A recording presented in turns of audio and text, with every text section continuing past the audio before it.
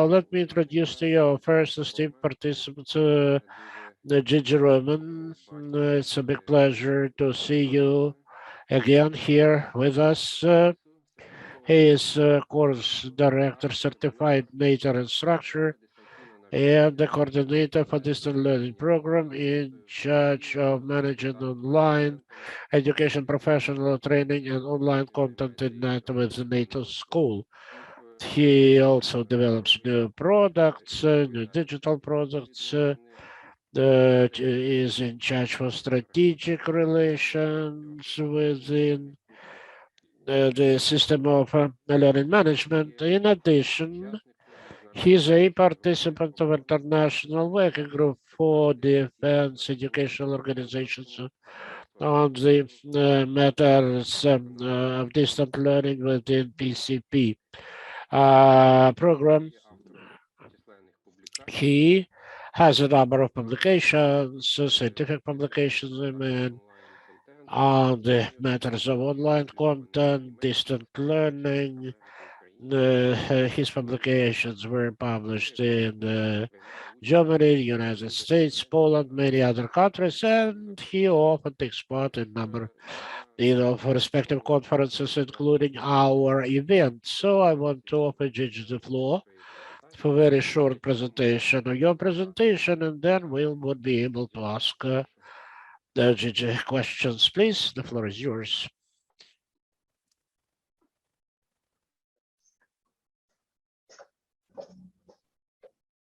Thank you, Alexander. Thank you for your introduction. I'm happy to be part of the Ukraine ADL conference.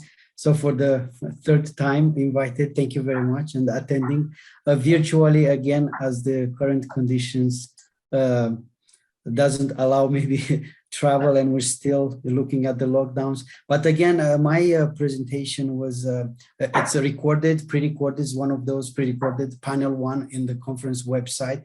I was checking again, and you can add also questions there. I'll be available to answer even after the presentation. So you can look at that. What I will do, I will share just the lessons learned. The irony that we had technical difficulties, and it's just before we start with this, with lessons learned in conducting successful webinars, there's always something. So this is what we learn, and there's always an issue. What I will do, let me put this in the presentation, go back and start. Can you enable screen sharing for me, or if it's not possible, it's fine. And I will just talk over this. So in panel one, you will see the first pre-recorded lecture. It will be my lecture. It's conduct an effective webinar, synchronous learning activities. And feel free to address any questions in the chat. I will skip directly. You can watch the video. It's talking about how to properly plan an effective webinar, how to plan, things to consider when you conduct at the beginning of the webinar, during the webinar, when you close the webinar, how to properly use the tools and the features of the tools, of the technology that you're using, in order to interact with the audience. So things to consider before you start is actually using email. Many people are not talking so much about email as a tool in training and education, but we use it daily. We used to keep in contact, use it to send the invites, even though you might be using the calendar in your learning management system, might have calendar, schedule those synchronous events for the webinar, use also email reminders. As we know, when we're dealing with the online audiences, we get busy and students get busy with the daily life, where your participants might have a job, so may get busy with the job, with daily life activity, with other activities, and they forget, we forget. So reminders are very nice to see in our inbox. So don't forget, this session will start in so many minutes, or daily reminders, or a few minutes before the meeting or the lecture will start. So in email, of course, you'll include a link to uh, the meeting, joining instructions, how to join, what to use to join, and consider also time considerations, time zones. So if you have people on different time zones, you might consider how to address these and to set up, to schedule, to accommodate everyone, not to wake up somebody in the middle of the night to join the meeting, or maybe early and in the morning, try to accommodate most of your audience. Join early and try to test. You see how important it is. Join early, especially when you conduct first time, if it's a series of webinars. Join early as a host. Test your equipment during that earlier join, and also allow participants to know that you will be there earlier before the meeting will start. So if needed to test, check their equipment. After you start, short welcome, introduce yourself, conduct an icebreaker exercise. If you want to warm up, just address a question that everybody can answer. You can go around the table, virtual table with a mic on, or you can use also the chat for having people answering or introducing themselves. Consider also a lessons learned group photo during one of these events. If you can't go outside to take a good photo because everybody is somewhere at home or in their office, to ask them to open the camera if they're okay with this, open camera and take a screenshot of that. During the lecture, of course, after you warm up, you'll start your lecture, your activity. Try to engage using the webinar features, as I encouraged you to use the chat for the questions, notes, interactive boards, whiteboards. As I see now, we have somebody with the mic on, a little bit of instructions. Try to keep your mic off, muted when you don't speak. Turn it on when you're asked, or raise hands if the tool allows you to raise hand and address the question or what is needed. Consider breaks. Breaks is very important, especially when you conduct many hours of the webinar.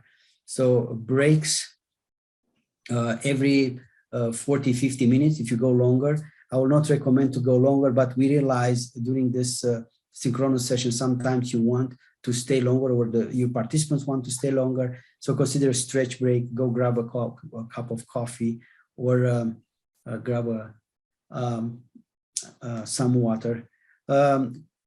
Consider closing remarks, summarize your lecture and what will happen after this. If there's activity in the learning management system, if you use also for asynchronous activities learning management system, advise your course participants, your students, to continue with the activities in the learning management system, and follow up with an email. So that would be nice to follow up. What to do next, and what's happening, and when, if another one is scheduled, another webinar, another session is scheduled, when will that be conducted? So with that, I will stop here, the summarizing, and I'll go back to look into the chat and see if Alexander got any questions. I will have the mic on. So anyone in the audience want to address questions in regards to this presentation? Поки бачу, що запитань немає, тому... So far I can see no questions, so let me ask a question. You are an experienced expert, and you've used and implement many different kinds of software and features. I see behind you elements of big blue button, so you'll probably use this feature very intensively. Now we are using Zoom. What would you say? What would be your advice to unexperienced trainers who have to choose different means for different purposes? Because there are many of them like Google Meet, WebEx, a very wide choice. So maybe you could share your advice for an instructor or trainer who is looking for uh, free application. What is better in what situation? Like in this case, Zoom is better than Big Blue Button because we may have two voice tracks for interpreters. Maybe you have any comments of this kind, any recommendations or whatever. Well, thank you, Alexander. This is very good question, actually. It's hard to choose as there are so many available, right? But when you talk about Big Blue Button and Zoom, so Zoom is more likely commercial, I would say. Of course, you can have a free account, and I think it's limited. So I'll go to the minus. It's limited to up to 1 hour if it's free. But then when you pay for the license, then you get to the unlimited, depending what type of license you get different options.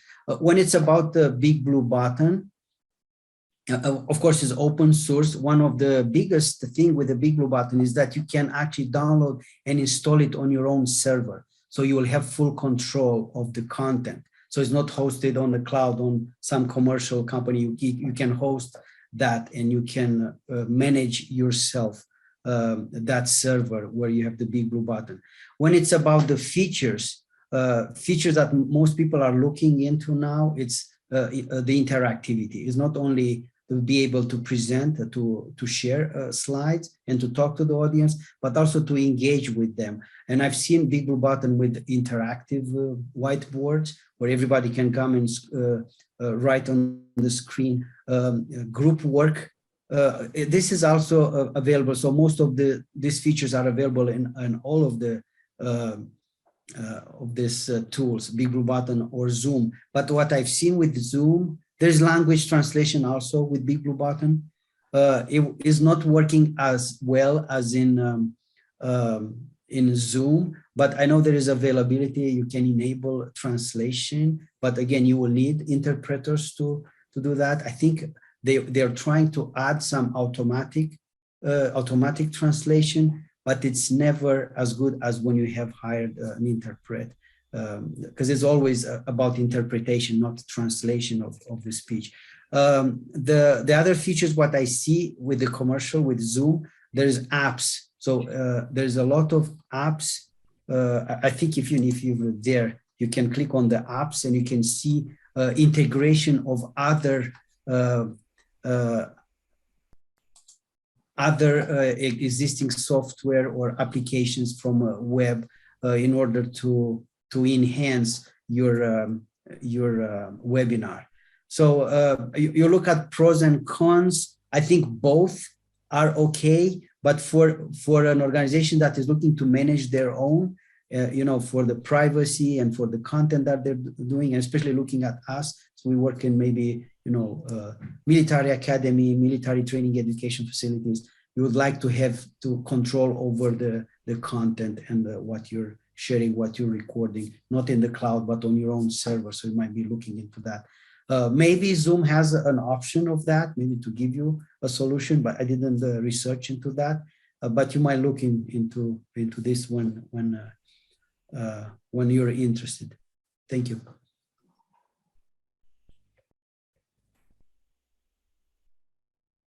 Anybody else? Дякую Any дуже. questions? Да, ще я хотів тоді в продовження. Yes, to continue, I would ask the following. Does it make sense to put any restrictions for the trainers with respect to features that they can use at their own discretion within a single organization, I mean, like a university? Or would you insist on recommending a few tools, very specific, because it's not very handy to students when different trainers use different softwares, different apps, and then they need to spend their time and efforts to learn how to use it. So would it make sense to really put restrictions for the traders from your organization with regard to the tools that they may use, or should we really give full freedom to them, what they want to choose, what approach, what feature, etc.? What are your thoughts about this? So yeah, that's another thing, as Це we ще are. одна така річ. I'm sorry, I can hear the translator. Oh, I'm sorry. I think, yeah, we're in the academic world and we want to have the freedom to choose, right? But sometimes too much freedom. And now is not to interfere with the freedom, but with the standardization. And I agree with this. You will need to have maybe to go over all, disciplines to use a similar technology or similar tool. When talk about the features, if you use different ones, features will be the same. But it will be nice if you have maybe only Big Blue Button or only Zoom for the whole academy, right? For the whole university. And this is about standardization. So, if you go to a discipline, that if you go online, you will have Zoom. You get a link and you join, and everybody's familiar with that if they use this over and over.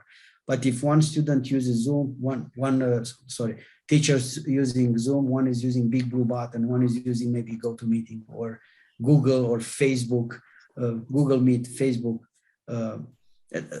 This will bring a little bit maybe confusion, but that this is the world we live in. There is so many options, many opportunities, and everybody's using the tool that they are familiar with, right? So this will be addressed maybe at the higher level in the organization. And if you have a standardization office or standards for education, then you will assume that you will have maybe one LMS, a learning management system, and this learning management system will have an integrated solution for the synchronous activities, and everybody will be advised to use that. Of course, there might be cases but that will be exceptions when you have to use something else. But I will recommend maybe the organization at that level to go and look into the standardizations and the needs, and maybe focus in one tool. And this will be easy to maintain, will be easy to address from the IT perspective if there is need of support. You know that everybody is using, that tool, and that's addressed: training, job aids, support. Thank you.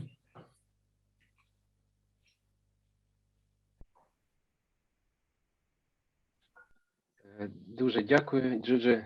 Якщо Thank you very much. If anyone else has any questions, you're welcome to use your time, or you may raise your hand, and then I'll give you an opportunity to put your mic on and to ask your questions. Since I cannot see any questions, let's thank Gigi once again for very informative presentation. It is available, the recording. And again, if you have any questions, you have an opportunity to send them to the presenter, and he will certainly share his thoughts. So thank you.